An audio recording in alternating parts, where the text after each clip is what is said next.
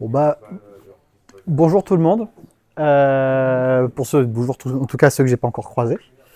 Moi je voulais vous faire une petite présentation. Je vais essayer de faire que ce soit un peu rapide parce qu'il commence à être tard. Sur une feature de C++26 qui vient, donc tout le monde a entendu parler de la réflexion.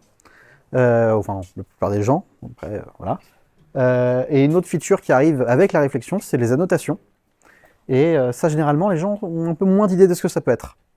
Donc voilà, juste par curiosité, ici, euh, qui est-ce qui a déjà travaillé, qui a essayé un peu la réflexion de C++26 voilà. Et les annotations, quelqu'un a essayé?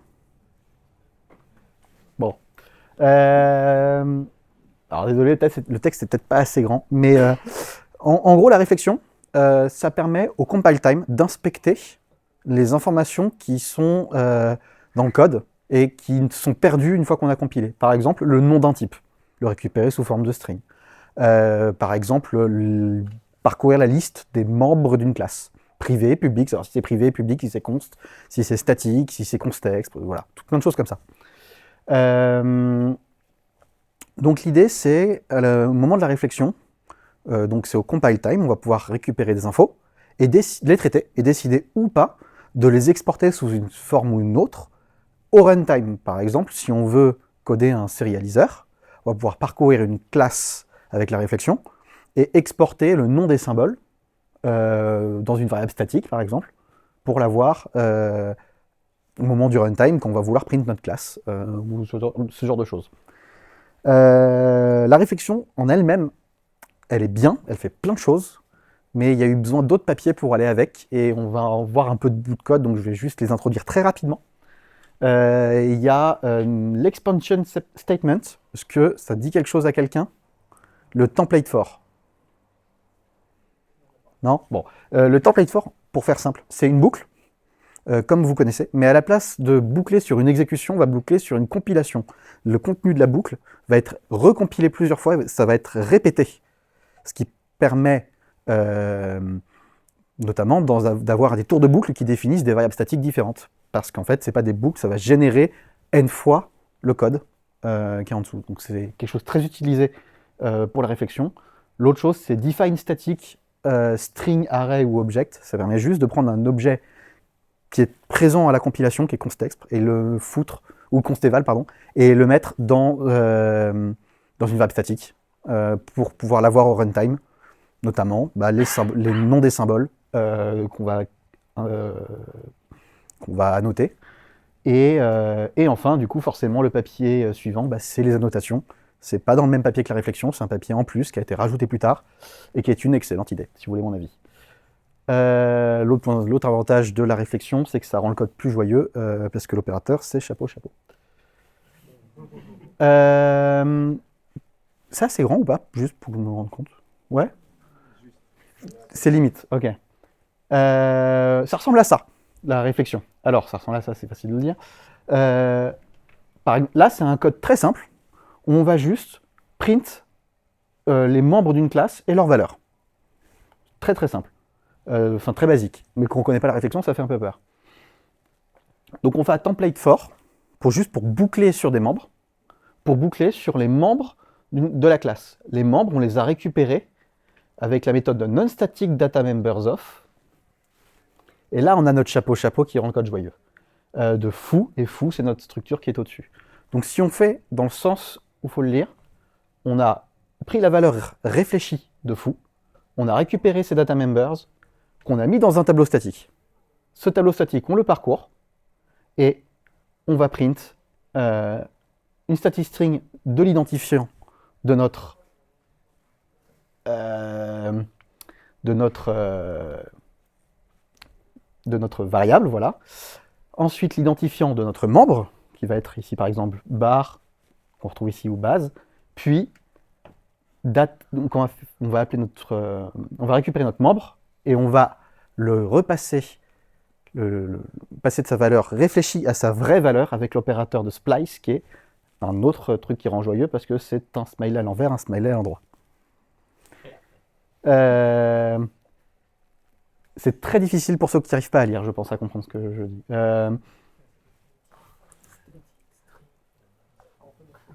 Ouais, je vois déjà des migraines qui apparaissent. L'idée est assez simple, c'est on a de la valeur qu'on réfléchit et après on la réexporte au runtime pour pouvoir la print. C'est aussi simple que ça, en fait. C'est de la génération de code au runtime. Oui, Le chapeau marche sur le type et sur la data. Enfin, le chapeau marche sur tout. Ça a été une volonté de Herb Sutter, ça marche sur tout ce qui peut, tout ce qui existe dans le code peut être chapeauté. Le namespace global, euh, une classe, un type. Il a même été question de faire des réflexions sur les attributs. Ça n'a pas été pris finalement. Mais voilà, il y a des trucs qui vont dans les salons. Oui, Est-ce qu'on peut faire du control flow dans les templates for? Genre continue, oui, break, machin. oui, On veut? oui. Continue va être compilé comme un goto pour aller au suivant. Et break, je ne sais plus. Je ne sais plus exactement ce que ça fait. J'ai pas testé plus que ça. Hop là. Alors, le sujet de cette présentation, c'est pas spécialement la réflexion, mais les annotations. Il y en a ici qui ont déjà fait du Rust. Parce qu'il y en a déjà ici qui ont fait du Rust et qui ont utilisé des macros. Voilà. Alors, pour ceux qui n'en ont jamais fait, en Rust, des macros, ça peut ressembler à ça. C'est-à-dire que c'est une syntaxe avec un dièse, un crochet et quelque chose qu'on met avant un type, avant un symbole, et qui va modifier le symbole à la compilation. Voilà. On peut voir ça un peu comme la macro qu'on a en C++, sauf qu'en C++, on fait du remplacement de texte. En Rust, on va aller insérer des choses dans le lexer. On va pouvoir, avec la macro Rust, parcourir l'état du lexer et modifier cet état.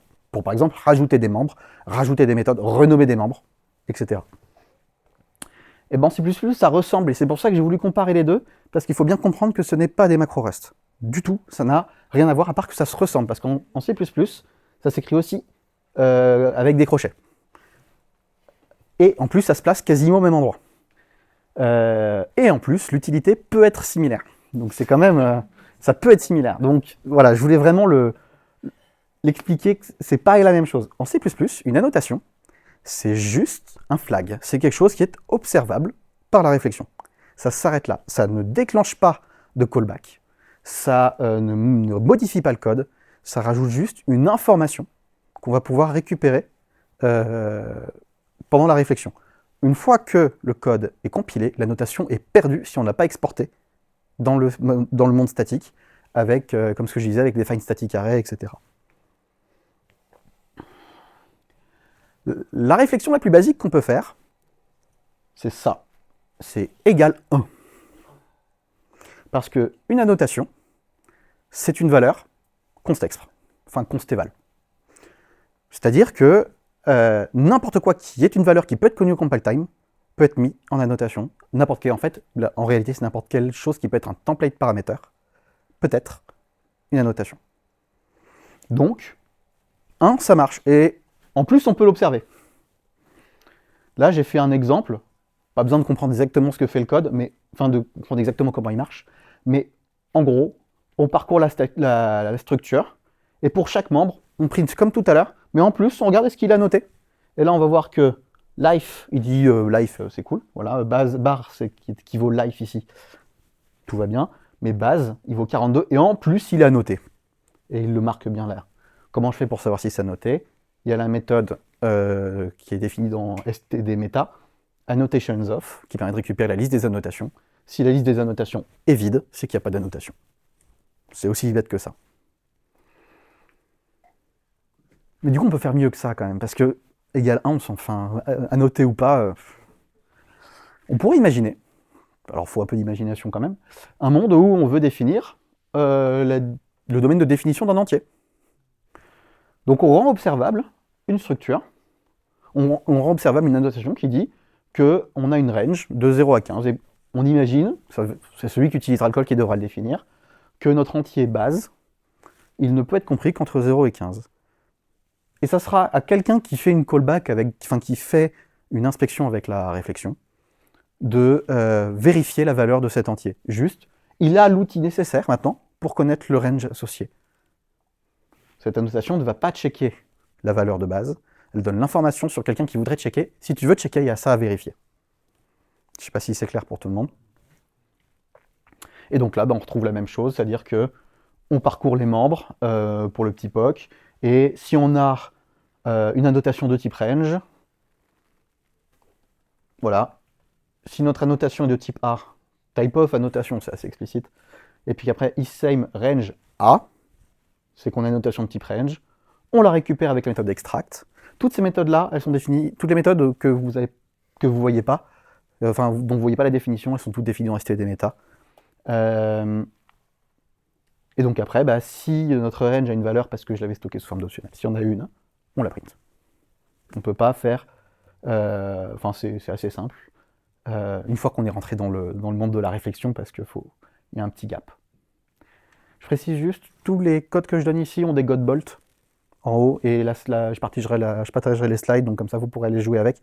Sachez juste que la réflexion avec les annotations, c'est disponible aujourd'hui sur Clang, sur Compiler Explorer, sur une version de Clang. Vous avez le lien pour trouver ça, et que ça couvre à peu près 90% des features. Mais il y a quelques bugs, j'ai réussi à faire segfault une fois, Clang en faisant cette présentation. Un cas pratique, parce que range, imaginons un parseur de configuration.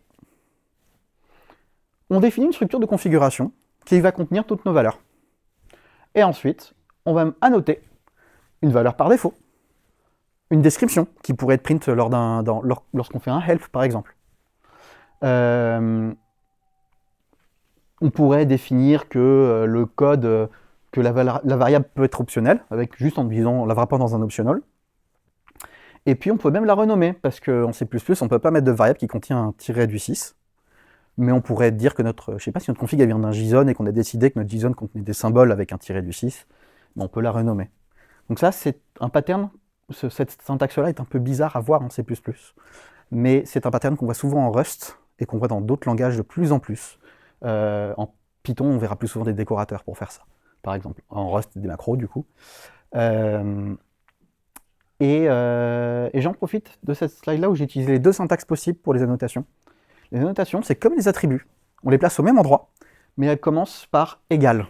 Elles sont pas fixées par égal. Soit on les enchaîne en mettant une nouvelle fois le crochet, comme si on répétait des attributs, soit, comme les attributs, on met une seule fois les crochets et on sépare par des virgules dedans.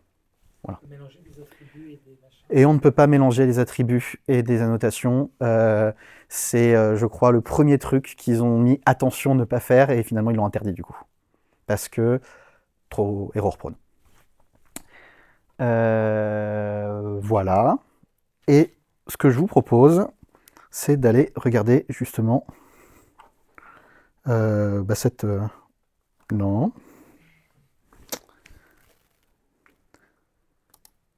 Hop là. Cet exemple sur Compiler Explorer. Hop là. Allez, compile. Alors vous remarquerez que c'est rapide à compiler. Je vais zoomer, ouais. En haut à gauche, sinon tu augmentes la taille de la palette. Le A qui est la police de caractère. Gauche. Ah oui, là, d'accord. Allez. Peut-être un peu violent, mais c'est l'idée. Je vais faire pareil ici. Donc, j'ai repris exactement l'exemple que vous aviez tout à l'heure. C'est-à-dire qu'on voit, c'est le même que dans le slide, hein, j'ai fait copier-coller, je ne me suis pas embêté. Et on peut voir que, ici, dans le main, je commence par print une aide. Cette aide, j'ai récupéré toutes les informations de l'aide grâce aux annotations. Donc là, j'ai fait une fonction de réflexion là-dessus, qui est consteval, et qui va récupérer tout ça et générer une aide qu'on peut print. Et ensuite, j'ai parsé donc ma configuration, j'en ai créé une là, j'ai fait une structure simple pour pouvoir la passer rapidement, clé égale valeur. Pas de commentaire, rien du tout, voilà. Et donc là, je l'ai parsé, et on voit notre résultat ici. Si je disais, par exemple, que la default value, à la place de false, c'est true. C'est pas ftrue, c'est true. Restons polis. et que je retire le debug, ici, on va bien voir, il faut qu'il recompile, voilà, que debug, évidemment, va passer à 0 parce qu'il a bien pris en compte là, non, il va rester à 1, parce qu'on a bien pris en compte la default value, le piège étant que si j'avais pas mis de default value, dans le meilleur des mondes, ça fait une erreur, dans le monde actuel, j'ai eu la flemme de gérer ça pour le moment. Voilà, donc je pense que c'est un bon exemple de use case. Ça rend... Alors, je ne sais pas si vous trouvez ça plus lisible qu'une autre façon de faire. Par contre, ça permet de regrouper toutes les informations au même endroit et surtout de tout gérer à la compilation. Il y a plein de checks que j'ai pas fait, qu'on pourrait imaginer faire à la compilation, parce que quand on fait de la réflexion, on est dans le monde magique du consteval, constinit, constexpr, et on a le droit de throw des exceptions depuis C++ 23, je crois. Et les exceptions throw à ce moment-là, si elles ne sont pas catch, permettent de remonter des erreurs bien formatées, comme on veut. Par exemple, on pourrait checker que le default value que j'ai dit ici, c'est bien un entier, que ça se passe bien sous forme d'entier. Ce genre de choses. Voilà. C'était ça que je voulais vous montrer. Je ne vais pas m'étendre beaucoup. Je pourrais aller très très loin, j'ai plein d'exemples. Mais je crois qu'il est tard pour tout le monde, donc je voulais vous proposer de répondre à vos questions, si vous en avez.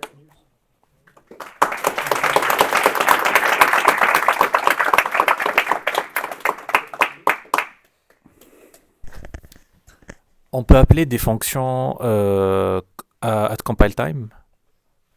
Ça dépend des fonctions consteval et certaines fonctions constexpr peuvent être appelées au compile time.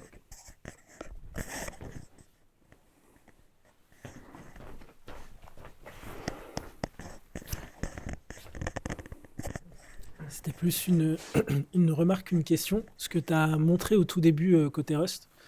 Après, je fais pas du tout de Rust. Bon, ça, tu le sais. Ça avait l'air de ressembler à ce que Herb Sutter a présenté quand il a présenté les métaclasses. Oui, ça ressemble. Ok, c'est le même principe un peu.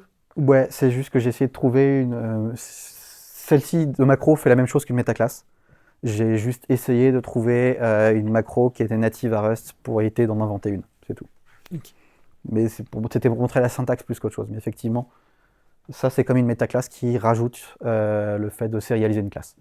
Okay. Voilà. Merci. Oui. Est-ce qu'on peut récupérer des variables d'environnement comme en clap, en fait? Je ne sais pas. Au compile time, je pense qu'au compile time, on doit avoir des built-in pour accéder à l'environnement de compilation. Ouais. Mais je ne suis pas déjà sûr que ce soit standard, ni portable, ni quelque chose qu'on a envie de faire. Mais par contre, une fois qu'on est runtime, on récupère ce qu'on veut. Oui. Voilà.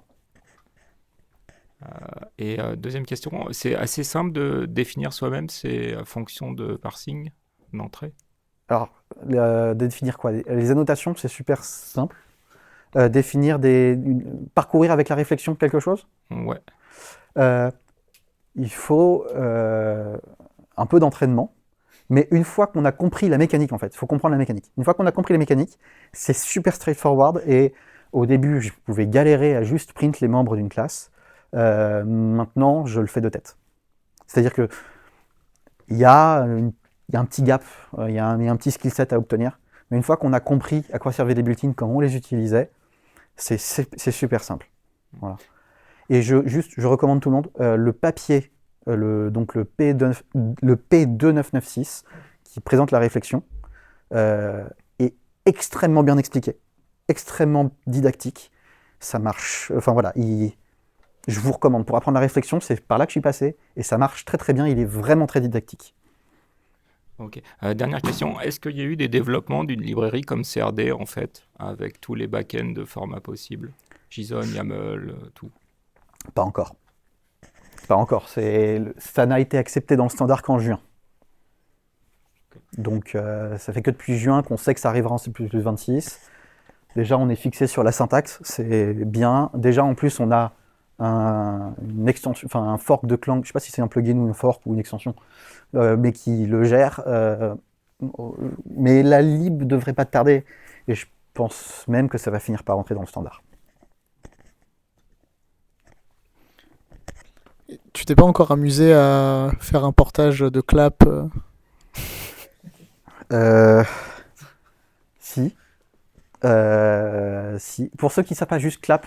Clap, c'est pour command line argument parsing et c'est une bibliothèque Rust qui donne une syntaxe similaire à celle-ci, mais à la place de définir une configuration, définit des arguments de command line.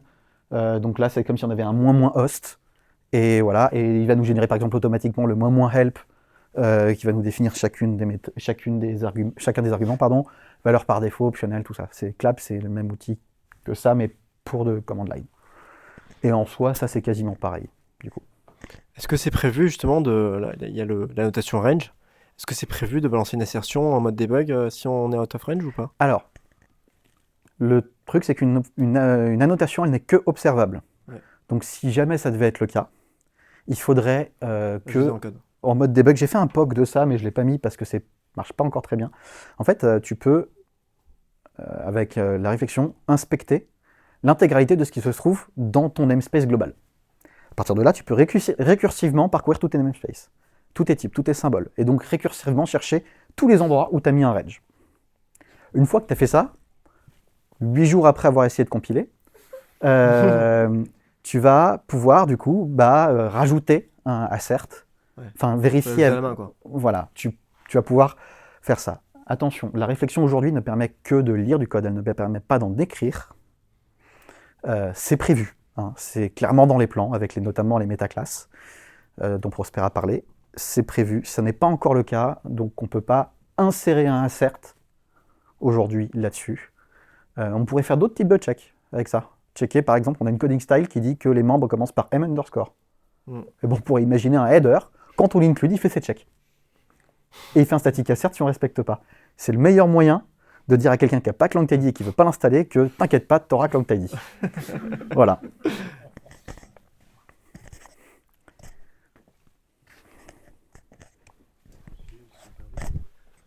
Sur le tout premier exemple que tu as montré où tu printes les noms des variables et leurs valeurs, est-ce que l'assembleur généré va être le même que si on le fait à la main, hardcodé, ou est-ce qu'il y a une différence après dans...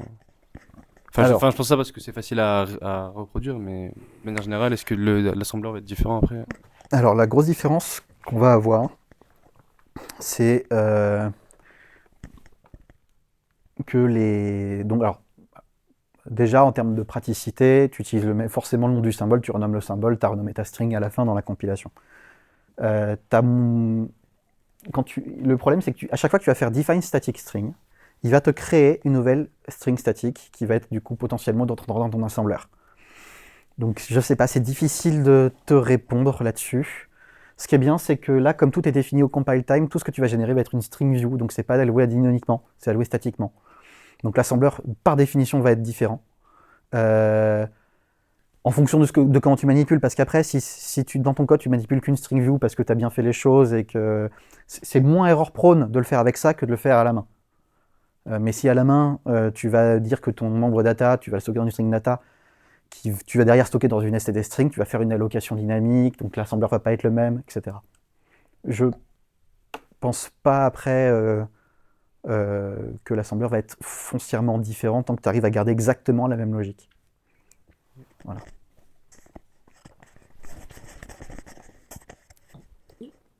Je voulais ajouter quelque chose par rapport à ce que Thibaut vient de répondre.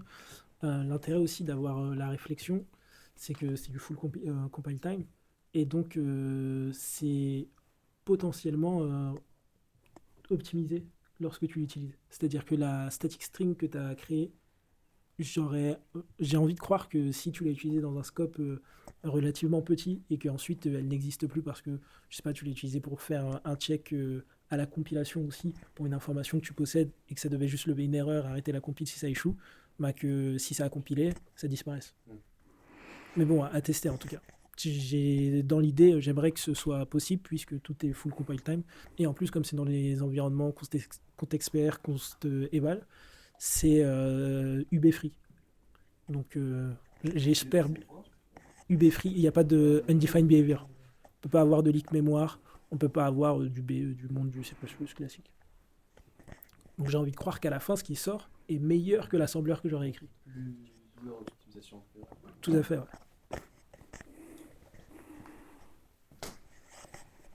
Merci beaucoup.